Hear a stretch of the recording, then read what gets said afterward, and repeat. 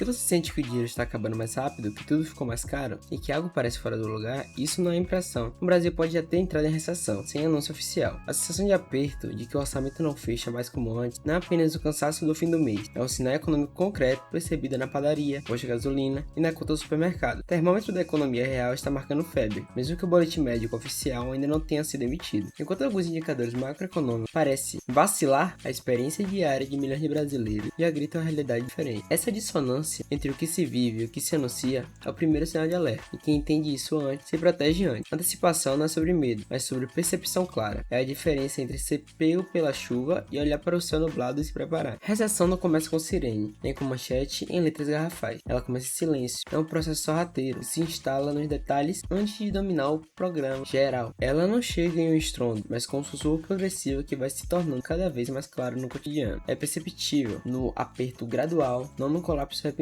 Menos consumo, crédito mais caro, empresas contratando menos e pessoas trabalhando mais para ganhar menos. São fases curtas que batem como um martelo, descrevendo a sequência lógica e cruel de uma desaceleração econômica. Cada uma dessas sentenças representa uma face da mesma: o esfriamento da atividade, o consumo hesita, o banco segura, o empregador congela, e o trabalho se esforça para se manter no mesmo lugar, percebendo a perda do poder de compra, e é exatamente isso que está acontecendo agora. Normalmente, a recessão só é oficial quando os números confirmam meses depois. Existe um lapso temporal inevitável entre a vivência da crise e a declaração formal pelos institutos oficiais e analistas. Os dados são coletados, processados, revisados e só então divulgados, criando a defasagem entre o fato e o reconhecimento do fato. Mas a economia real e da rua sente antes. A economia real e do dia a dia, do pequeno empresário, do autônomo e do assalariado, é ela que sente o baque primeiro. Nas vendas que não fecham, nas contas que se acumulam, nas oportunidades que desaparecem. Isso é o que economistas chamam de recessão silenciosa, quando o PIB não gritou, mas o bolso do brasileiro já sentiu. É a definição crucial. Um período de dificuldade econômica que já está em curso, mas que ainda não foi capturado ou anunciado pelos indicadores tradicionais em sua totalidade. É o descompasso entre os dados estatísticos e a dor concreta. E o problema é que quando vira manchete já é tarde.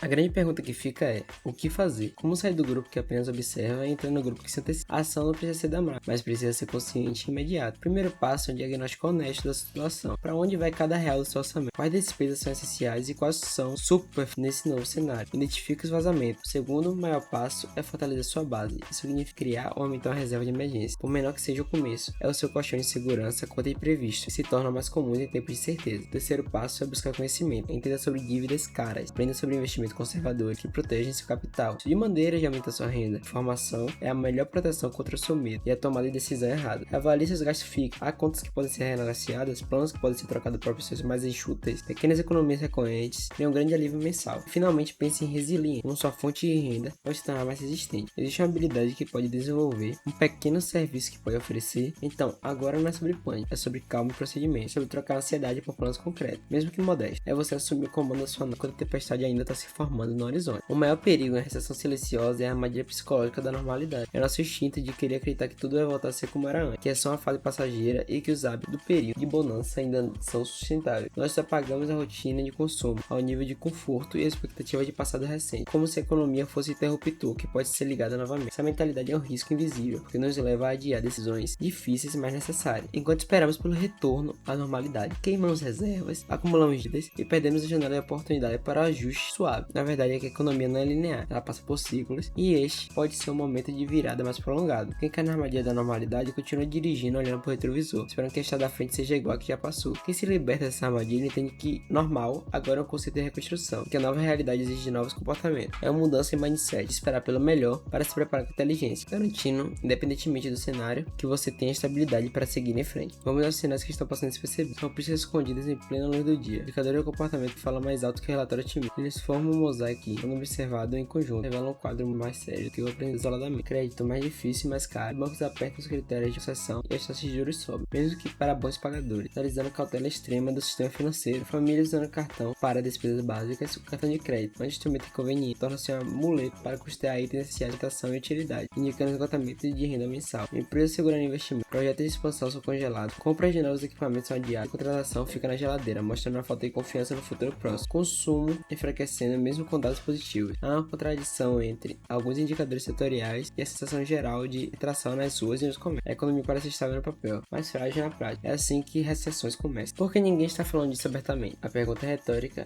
e visa expor interesses mecânicos que muitas vezes atrasam o diagnóstico público de uma... Existe um jogo de narrativas em que palavras palavra recessão é carregada de um peso político lógico enorme, porque admitir recessão assusta o mercado, afeta a confiança, tem custo político. É um reconhecimento que pode acelerar uma crise, gerando um ciclo de pessimismo que reduz ainda mais investimentos e consumo. Portanto, é uma iniciativa natural, tanto de governos quanto de algumas instituições, postergar esse diagnóstico ou suavizar a linguagem. Então o discurso é sempre o mesmo: desaceleração, ajuste, momento de transição. Eufemismos são empregados para diluir o impacto da realidade, criando uma costeira de formação terminológica. Palavras menos duras são usadas para descrever a situação dura, uma tentativa de administrar expectativas e emoções, mas para quem vive de salário, isso já tem outro nome. Em toda recessão silenciosa ou não, dos grupos surge. A crise funciona como um divisor de água, separando aqueles que serão levados pela correnteza daqueles que aprenderam a nadar contra ela, ou melhor ainda, fana onda. Quem ignora os sinais e quem se antecipa, o primeiro grupo opta pelo negacionismo e pela inércia, esperando que as coisas melhorem si só. O segundo grupo aceita a realidade, como ela é, e busca entender suas dinâmicas para tomar decisões proativas. O primeiro grupo reage, o segundo se protege, ajusta, aprende. A diferença está no time e na atitude. Um é passivo e defasado, o outro é ativo e antecipatório. A crise não empobrece todo mundo, ela se distribui em dinheiro. É uma das frases mais cruciais. Durante os abalos econômicos, a riqueza não desaparece magicamente, ela muda de mão. Ativos são desvalorizados por alguns e comprados a preço balanço por outros. Há setores que quebram e outros que surgem. Habilidades perdem valor e novas se tornam reais. Sempre o maior erro nesse momento é fingir que nada está acontecendo. A negligência voluntária, a escolha de não enxergar os fatos, é a atitude mais perigosa. É uma forma de auto-engano, tem um preço alto, pois o tempo é recurso escasso e preciso em meio de tanta mudança econômica. É manter decisões financeiras baseadas em um cenário que mudou. Continuar agindo como se estivéssemos em um período de crescimento estável, gastando, investindo ou poupando da mesma forma. É uma receita para o desastre. Pressupostos antigos não se aplicam mais. Insistir neles é como um mapa desatualizado em uma terra cuja geografia foi alterada. Porque quando a recessão vira oficial, as oportunidades já passaram. O momento ideal para se adaptar é renegociar dívidas, buscar educação financeira, colocar investimento ou desenvolver novas habilidades é agora, durante o período silencioso. Talvez o Brasil ainda não tenha noção da recessão. Reconhecimento formal pode demorar semanas ou meses, seguindo os ritmos burocráticos e técnicos. Mas seu bolso já recebeu a vida. O corpo sente antes da mente racionalizar. O orçamento familiar mostra os sinais antes dos economistas publicarem seus pareceres. Esse aviso é pessoal, inegável. Quem entende isso, agora não entra em pânico, entra em posição. Pânico é uma reação emocional e desordenada, que leva às decisões ruins. Entrar em posição é uma ação calma, estratégica e deliberada, como um jogador de xadrez, que, vendo os primeiros movimentos do adversário, posiciona suas peças para se defender e preparar contra um ataque. Próximos vídeos, nos vídeos apostados, te mostra como pensar e agir em cenários como esse, porque ignorar os sinais custa caro. Se esse vídeo fez sentido para você, você está à frente da maioria. É um reforço positivo para quem teve a percepção aguçada e a mente aberta para consumir esse conteúdo. Reconhecer que o espectador que chegou até aqui já deu o primeiro e o mais importante passo, o do reconhecimento da realidade. Essa simples conscientização já o coloca em um grupo minoritário mais preparado. Se inscreve, porque o jogo está mudando. O call to action é direto, mas a contextualização não é apenas inscreva-se para mais vídeos, é inscreva-se porque as regras do jogo e do mundo econômico estão se alterando e você vai precisar de informações atualizadas para jogar esse novo jogo.